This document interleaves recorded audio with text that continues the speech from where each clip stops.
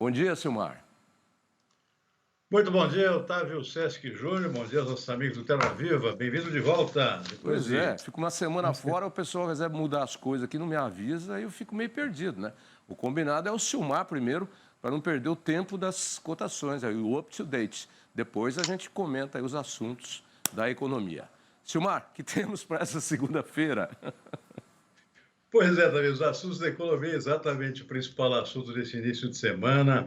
Bolsas de valores desabando no mundo inteiro, está todo mundo em pânico aqui. Fazia muito tempo que isso não acontecia, Davi. Bolsa do Japão, a gente vai comentar com mais detalhes daqui a pouco, mas o fato é que isso é o principal notícia do dia hoje.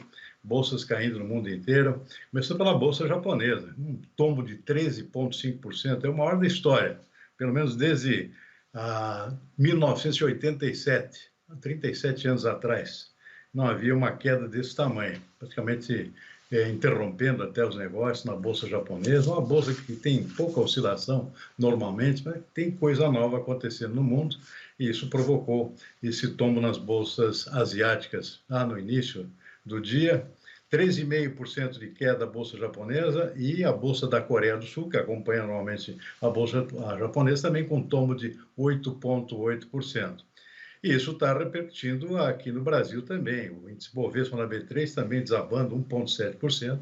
E o que sobe é o dólar. Como sempre acontece em momentos de pânico no mercado, o dólar sobe, bolsas tombam.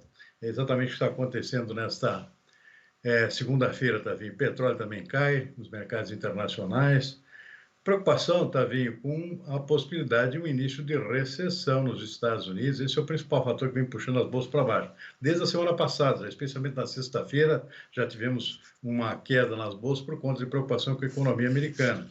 Dados divulgados na sexta-feira sobre a economia dos Estados Unidos mostraram uma queda no emprego, ou seja, um aumento de pedidos de auxílio a desempregados, um fator que chamou a atenção, e outros indicadores apontando aqui para a possibilidade de que estejamos iniciando uma volta para trás na economia americana, que vinha até bem depois da pandemia, vinha se recuperando, economia bastante aquecida, e isso levou a um aumento de taxas de juros para tentar desaquecer a economia, e esse aumento de taxa de juros talvez tenha ido longe demais. Está sendo questionado nesse momento que talvez o Banco Central americano tenha que começar uma redução dos juros imediatamente e não a partir de novembro, como chegou a ser antecipado, a partir de setembro, chegou a ser antecipado, por conta dessa reviravolta que está acontecendo exatamente nesse momento.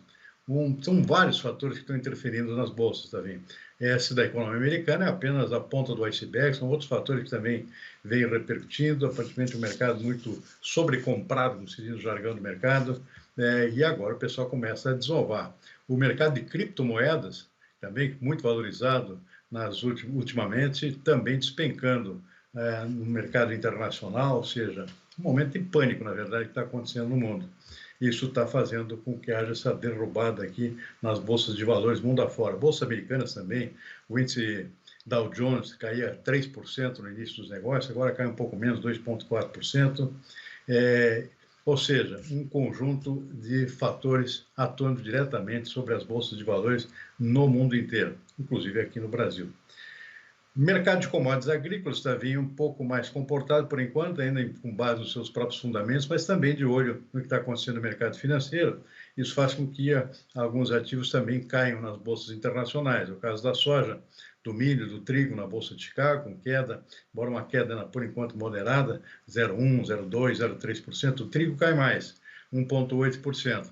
Na Bolsa de Nova York cai o algodão, 1,7%. O café arábica despencando, 3,2%.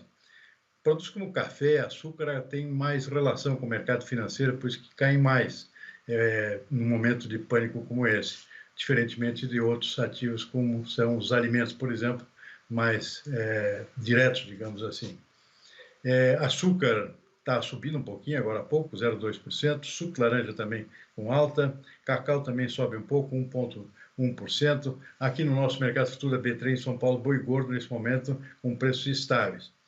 Mas, como eu disse aqui, alguns mercados também refletindo financeiro, também caem, como é o caso aqui dos grãos na Bolsa de Chicago, particularmente, e também o algodão.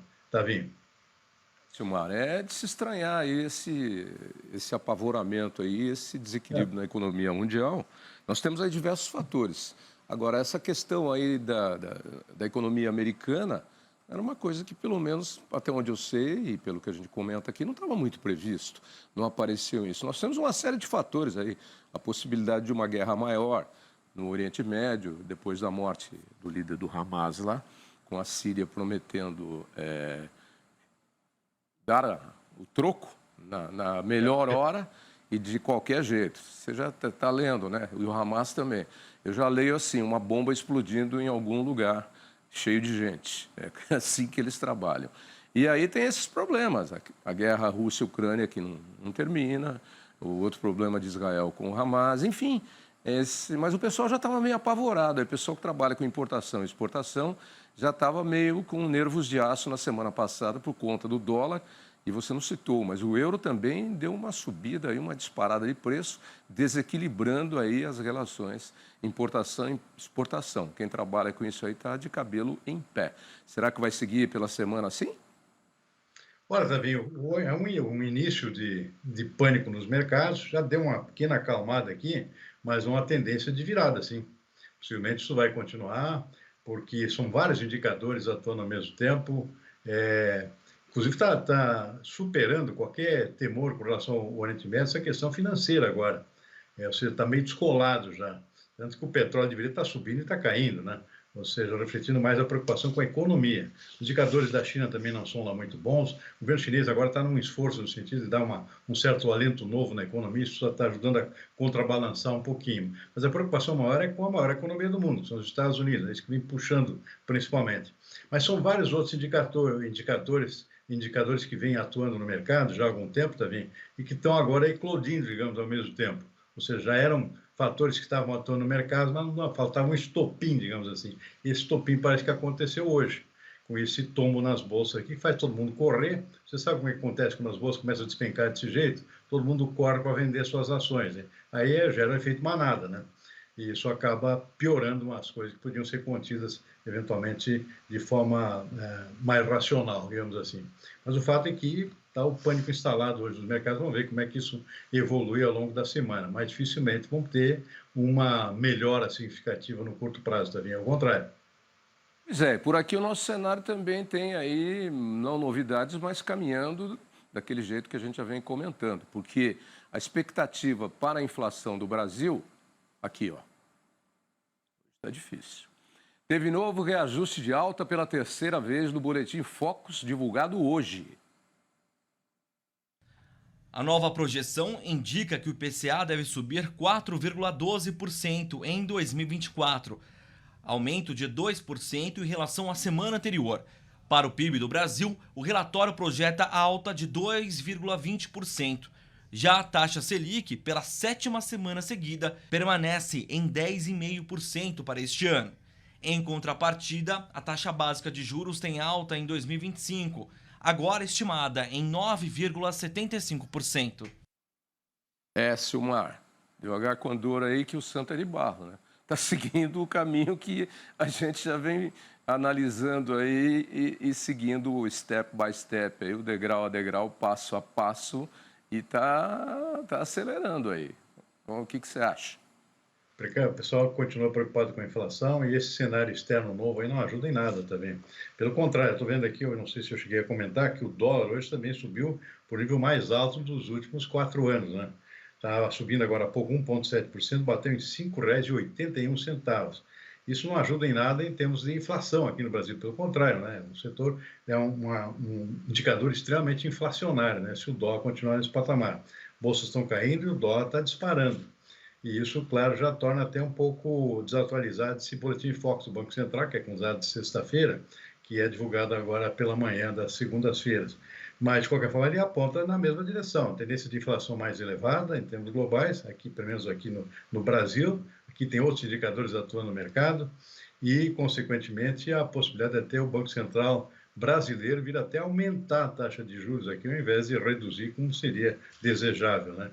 Já está em 10,5%, dificilmente isso vai baixar. E o próprio Boletim Focus, na verdade, está antecipando para o ano que vem uma taxa Selic aqui em 9,75.